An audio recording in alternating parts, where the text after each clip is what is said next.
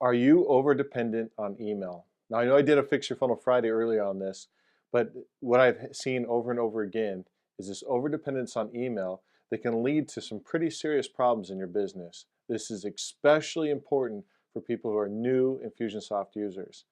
Here's why. Most people are told that if you want to get the best opt-in rate on your web form to gather a new customer, you ask for one thing: email address. And the reason why is because people are hesitant to give more than that information out. Now, I have to take exception with this rule. And the rule is that the less information you ask for, the higher opt-in you'll have. Now, this may be true, but I don't know about you, but I have an email address that is called my spam email address. I stick, anytime I know I'm getting a marketing email, I stick my spam email address in the form and I fill it out. And the reason why is because I don't know how they're going to email me. Now, I don't think I'm alone. I think there's a large majority of the population that has had enough email accounts now and has been spammed enough that they have a spam email address and then they have their real email address. In fact, everybody I've asked this question to has confirmed that fact. Go ahead and do your own survey. So what does this tell us about the opt-in rate and how important that really is? It tells us it's not really a significant metric to be watching if that's your only metric, okay? So what is really important in your business? Is it to get a bunch of email addresses, or is it to make more profit for you and those you love and care for? I'm going to guess it's this one. Now, if that's really the case, then what we really should be concerning ourselves with is how do we get more qualified prospects to opt into our forms and get into our database? And more importantly, how do we get over email dependence? Now, why should you be concerned about email dependence? Well, one of the biggest challenges we have in business is having things out of our control. That's never a position you want to be in. You always want to be in control of what's going on as much as you can. Maybe I'm a control freak, and so I see the higher value in that, but you want that. You want to have control over how you can communicate with your customers as much as possible. Now, email is cheap, it's easy, it's fast, and most people would say that's the primary way that you can use Infusionsoft is to communicate with people through email. But email has a couple big hurdles. Number one, ESP, not extrasensory perception, but email service providers. They're always changing the rules, and they're always making it difficult for marketers to get email in front of their customers. Why? Email service providers, their main benefit comes from being able to deliver email to the customer that the customer wants. And most people look at marketing or advertising emails as a negative thing. So that's why spam is such a big deal. They're trying to block messages that may be marketing or promoting a product or service to a customer. So ESPs really are a big hurdle for you to overcome with email. Number two, inbox overwhelm.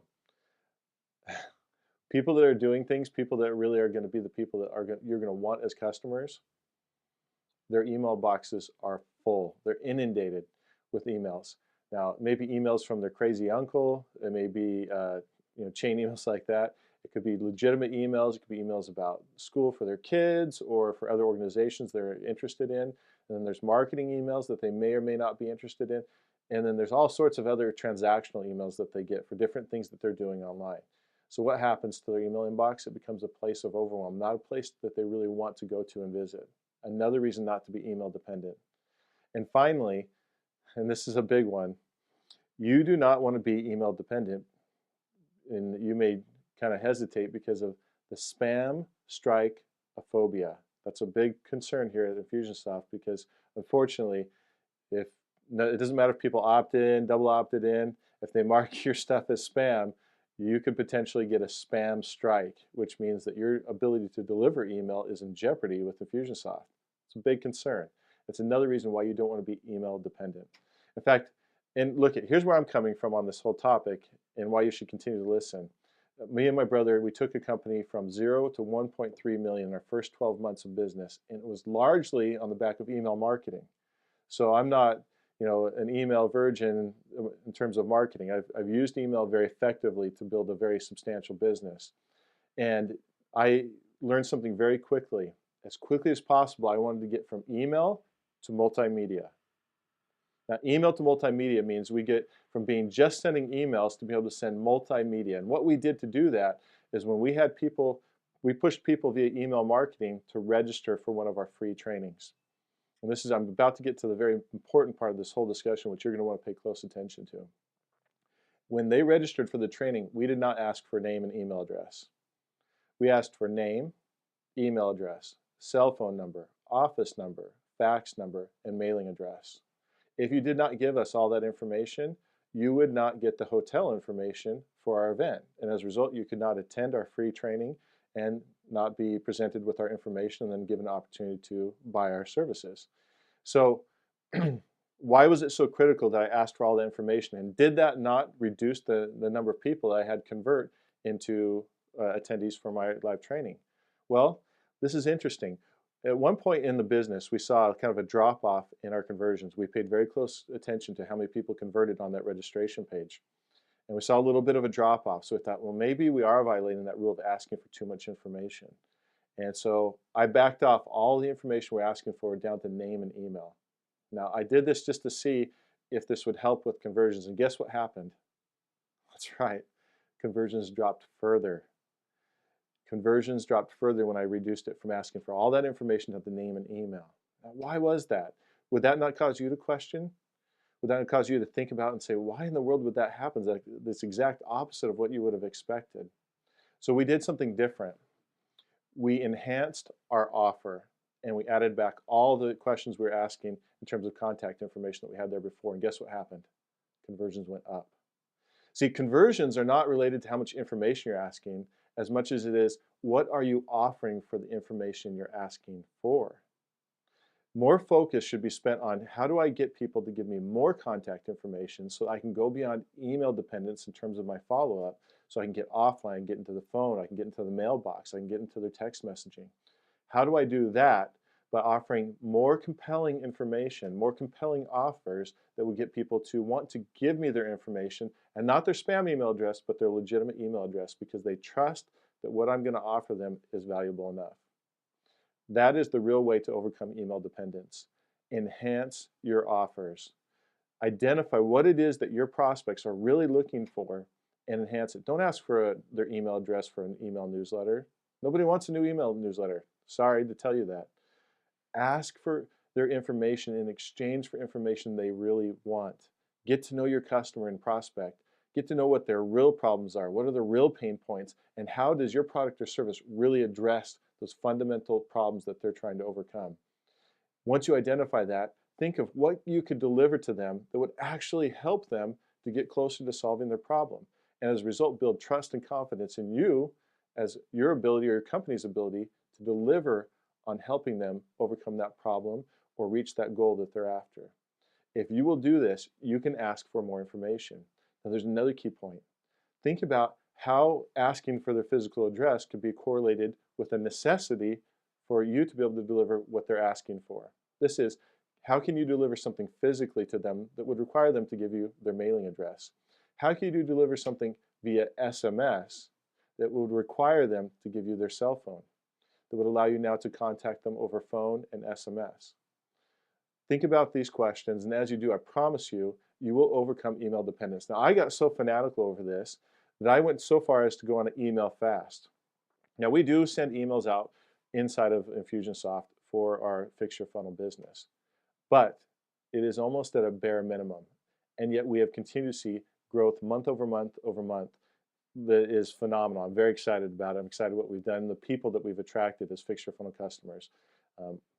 I still don't know if I have their permission to say their names, so that's why I haven't said it. But you name some of the top people in your industries, go to InfusionCon, and you'll see Fix Your Funnel services being used over and over again. We have attracted some of the best marketers to our services, so I'm very excited about that.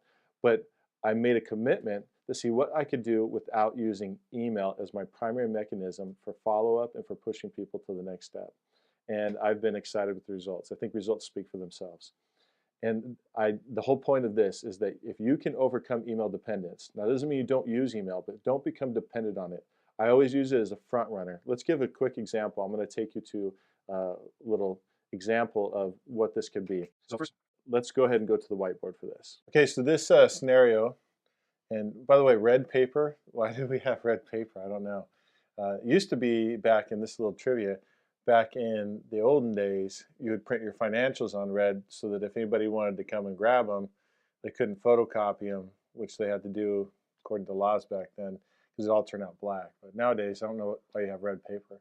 But anyway, our scenario here is we have a event, and at that event, I guess I'll take 6 off first. We're going to sell them into our high-end coaching or our product or whatever. So this is the ultimate goal of this scenario we're going to look at.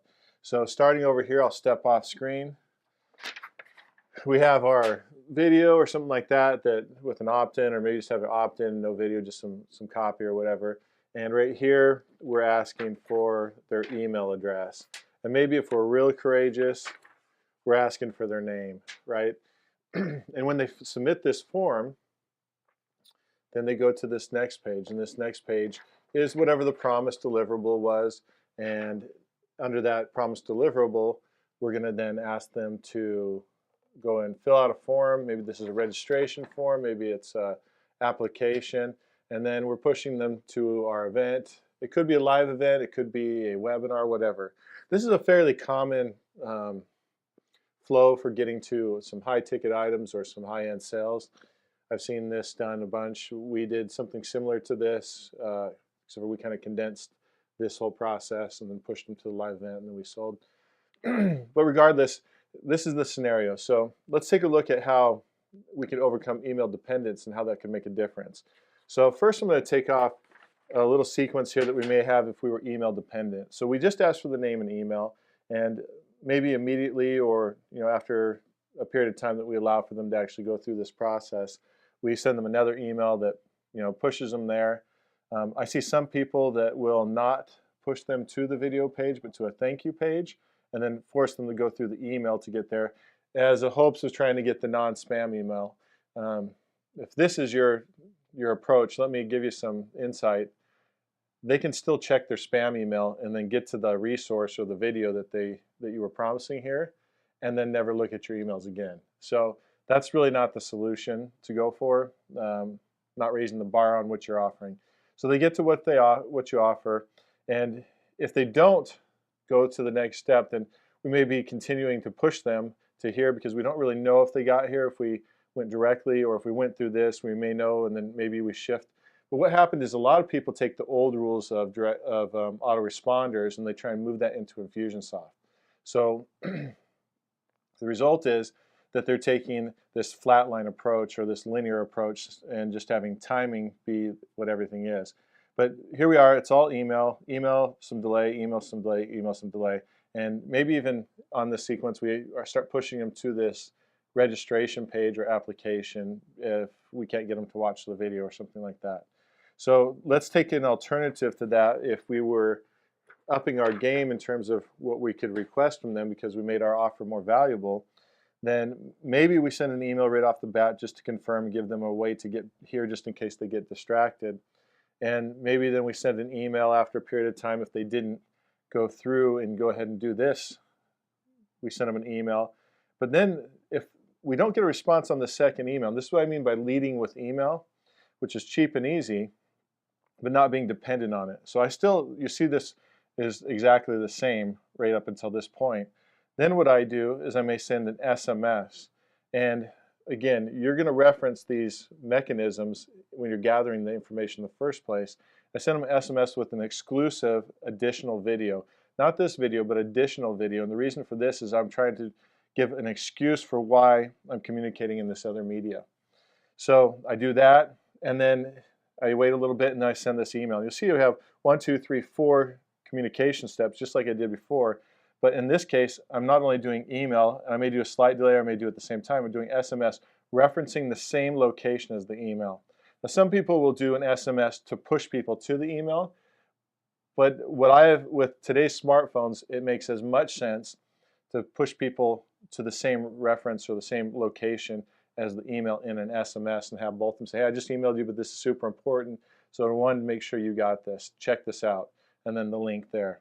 Now with Fix Your Funnel technology, at least, when we use SMS, we can track and trigger based on this action and this action. If they click into the links in an SMS, if they're trackable links in Fix Your Funnel, we can have that apply tags that allows us to modify how we communicate with the person.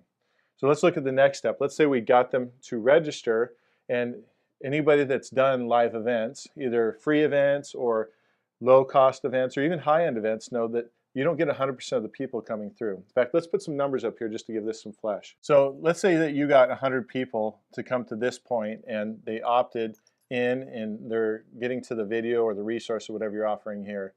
Then what's going to happen here is, let's say you got 15%. Now, that could be low, it could be high. I'm not going to talk about conversion rate, but let's just use some numbers for our situation here. So 15, and then of those 15, let's say that 3 actually convert, and the reality is that we'll probably get 2 to show up if that's the situation.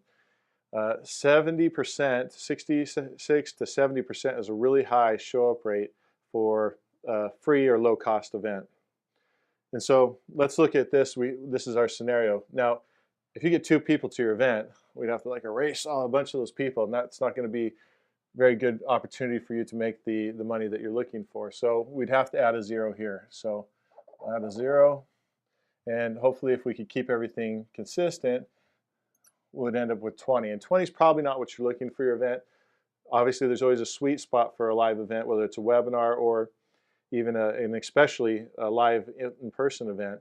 But we're probably looking for 200 there, so we have to add another 0. And then all things holding through, then we get our 200 people in our event, and then we have a good chance of making the money that we're going for. Now let's take these statistics into play. So what happens to the other 85 out of the 100, or 85%, that don't go ahead and fill out our application, register, whatever it may be? Well, what happens is we try and follow up with these emails. When you go multimedia, at least get the SMS to video or the SMS to the web page in addition to the email, your chances of reaching these 85% go up drastically, because you overcome those 3 hurdles we talked about before. Being concerned about spam, being concerned about email service providers, and then just the general inbox overwhelm. So, and I guess there was some big email conference that was held last week, so that's probably going to make it even worse. People are going to be doing more email marketing. So it's really going to be important that you buck the system on that. So let's say we get them registered. We do a confirmation, congratulations email. They registered for the event, whether it paid, it was free, or as an application. We have some sort of delay. Then we have another email that's telling them, and if you're not already doing this, you're doing live events, do this and you'll see an immediate increase, even though this is email dependent. But we do a little delay. We excite them about why they're supposed to be at the event. We excite them again why they're supposed to be at the event. This might include some instructions about how to get there. Same thing with registration information. You know, where's the hotel? What should you expect? What time should you show up? That kind of stuff. But all these are going to reinforce, go to the event, show up to the event. Well, when we have multimedia, we can spend more money once we get them to this point. Now, most people will hesitate to spend much money, and that's why you see for multimedia, I only said SMS to video or SMS to the web page in addition to email, because at this stage, most people aren't going to be willing to spend $1, $5, $10. Now, it depends on your product, your price point, how much you can invest. But for most people, they're going to fall into this category where SMS is about as far as they're going to go before the prospect makes some sort of commitment. But notice that we already eliminated email dependence just with this phase right here. Now, once we come into this phase, this gets to be even bigger. And the reason this is a bigger deal is because once someone's made this commitment, maybe they've put down a little bit of money, or they've registered for our event, and we asked for a whole lot of information. And like I said, you're going to be asking for some more information here, but this is where it's critical you at least get the mailing address. Right here in this stage, we want to at least get the cell phone number and permission to be able to communicate with them on it. But at this stage, now we're going to be able to do things like not only confirmation email, but a confirmation direct mail piece. In this case, I'm doing a card through ZenPrint. And so this is automated. It goes out just like email. All this stuff is just like email in terms of automation, but it's more powerful because it's not under other people's control. Let's say that we got their fax number when they registered, and we send them a fax after a period of time. And then we wait a little bit, and then we send them an email. Notice I'm not getting rid of email. I still got 2 pieces of email here, but what I am doing is I'm upping the media channels that I'm communicating with them in. Then I prompt a phone call, and maybe the person's making the phone call with like Fix Your Funnels dialer, so they're going right out of the CRM into the list, and you're quickly dialing down that list and getting a confirmation or addressing. This right here is RC, resolving concerns. so that if somebody did register but now they have a concern, we can help resolve that, because people's confidence sometimes wanes over time. And then we wait a little bit more, and then we do an SMS the day of with a map, maybe some more details linked off of that SMS to details about the event. So we make sure that they get there. Because the number one priority of everybody sitting in this audience is not to be sitting in front of you. The number one priority of everybody in this office is whatever's going on in their life. And so your obligation, and that's why going over email dependence and getting into multimedia is so important, your obligation is to help them to see how being here is going to be in their best benefit. And the way that you do that is you get into different medias. Now, when we started doing our trainings and we were pushing people to a live event, we did email only for the very first short period of time.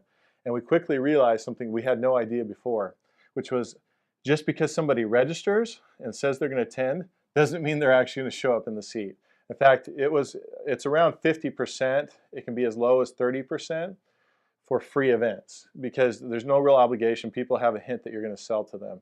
So, people can say, yeah, I'm interested, but then if something else comes up, it takes priority. We then shifted to multimedia. We did email, we did fax, we did phone calls, we did voice broadcast. Wasn't a huge fan of that, so I dropped that out, and we did SMS. Had we had what we have today with Fix Your Funnel, we would have done greeting cards as well right off the bat, just to make sure they showed up there.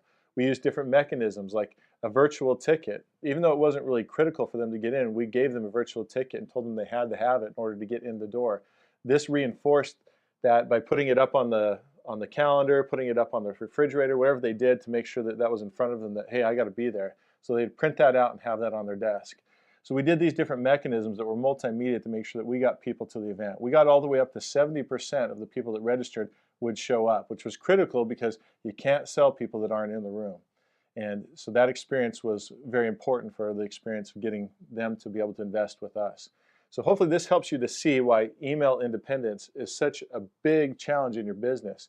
And if you'll go ahead and try to see how you can upfront get more than just a name and email by increasing your offer, giving reasons for why they need to have the delivery be through SMS, be through direct mail, what you're going to find is you're going to have more opportunity to talk to this 85 that don't take action right off the bat, and more opportunity to get people who have committed in some way to go all the way to the end to where you need them to be so that you can make them an actual customer and really service them at the highest level. Thank you for joining me on today's Fix Your Funnel Friday. Extra long for those who have the grit.